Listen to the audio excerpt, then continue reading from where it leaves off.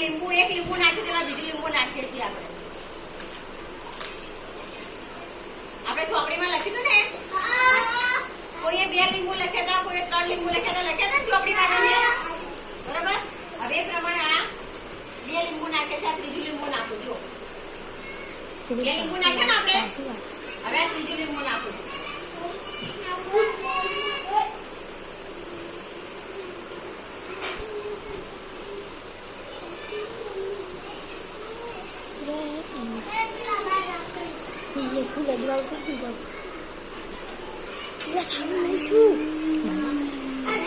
તો આપણે હવે જો આ ચોપડીમાં આપેલું છે લીંબુ શરબત બનાવવાની પ્રક્રિયા. બરોબર?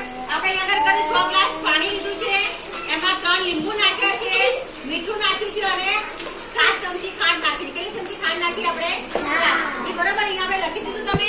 હવે એની પાછળ જો અહીંયા આ બોટલમાં આપણે અહીંયા કરતું હતું ને પાણી, કેટલા કપ? તો આપણે આ બોટલમાં કેટલા કપ પાણી સમાયા?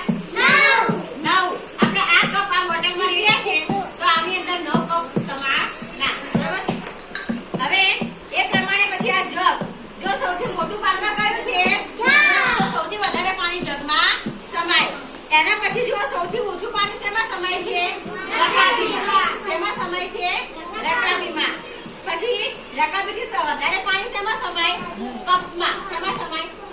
કપથી વધારે પાણી વાટકીમાં સમાય. અને વાટકીથી વધારે પાણી શેમાં સમાય? ગ્લાસમાં. ગ્લાસથી વધારે પાણી અને લોટાથી વધારે પાણી જગમાં. ખ્યાલ આવી ગયો તમને?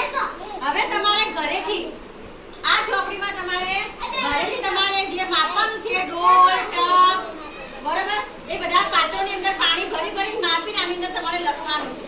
એટલે આ ચોપડી ઘરે લઈ જજો અને તમારે ઘરે બધું માપી પાણી, ટપ ને ડોલ ને તગારું ને જગ ને લોટો ને ગ્લાસ બધું માપી અને આની અંદર આપણે તમે લખજો. બરોબર? ઘરે જઈને બંધ કરી દો.